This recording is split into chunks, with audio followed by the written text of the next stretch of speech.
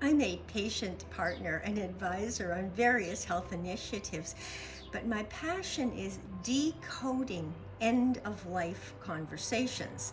My aha moment came on a tweet chat with healthcare professionals dedicated to a meaningful and good death, and I realized I had no idea as a regular person what the heck they were talking about. So I began to blog about it, created a website called Best Endings, and wrote a book called Death Kills, all about health literacy. I had my aha moment in the Bahamas. I was in an emergency room waiting for my daughter and desperately searching for something to read. I found some pamphlets, including one about pregnancy testing. Now, I had run a women's health center for a number of years, so I was curious what theirs was going to say. Ours said, to get a sample, you urinate in a clean glass container. Theirs said, to get a sample, you pee in the cup. That was my moment. My aha moment. Then you pee in the cup. Hi, my name is Marguerite DeBello, professor of nursing at Eastern Michigan University, and this is my aha moment.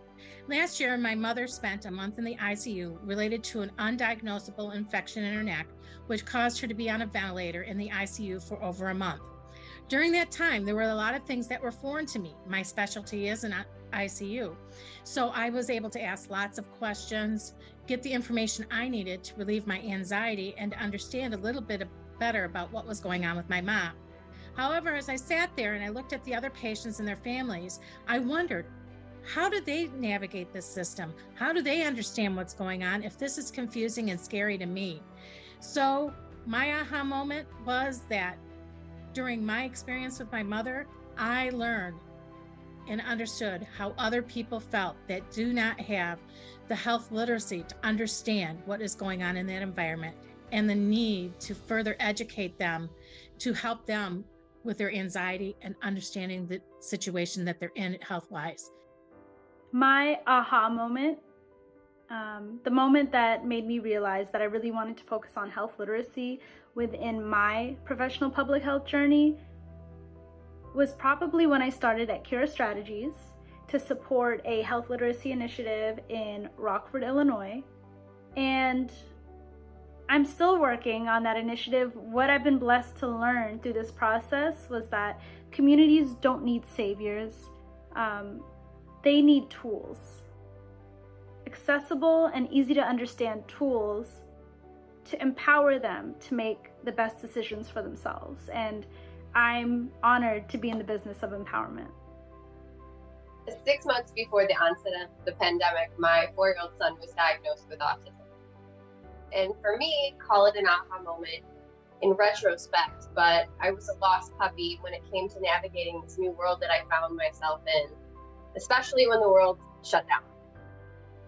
If finding and accessing resources locally and supporting him was this hard for me as a health communications professional, I imagine how hard it must be for those who don't share the same background, who don't know what terms to Google, who don't know what trustworthy, incredible organizations are when they show up in your search results feed, or who to even go to ask questions.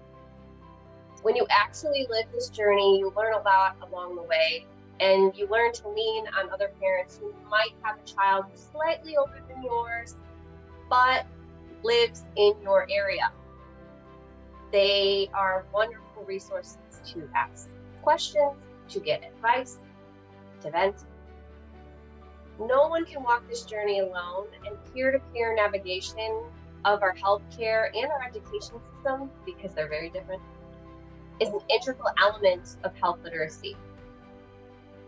My aha moment was when I attended my first health literacy training course alongside other health and care professionals. It was simply this. The trainer asked us to do some reading, writing and arithmetic activities, all of which put us slightly out of our comfort zone and weren't related to health. The trainer then said, bottle that feeling.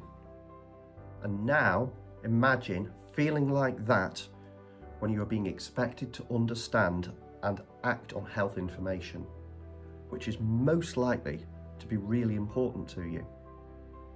So with this in mind, why wouldn't you make sure that the information you share is as clear and as understandable as possible?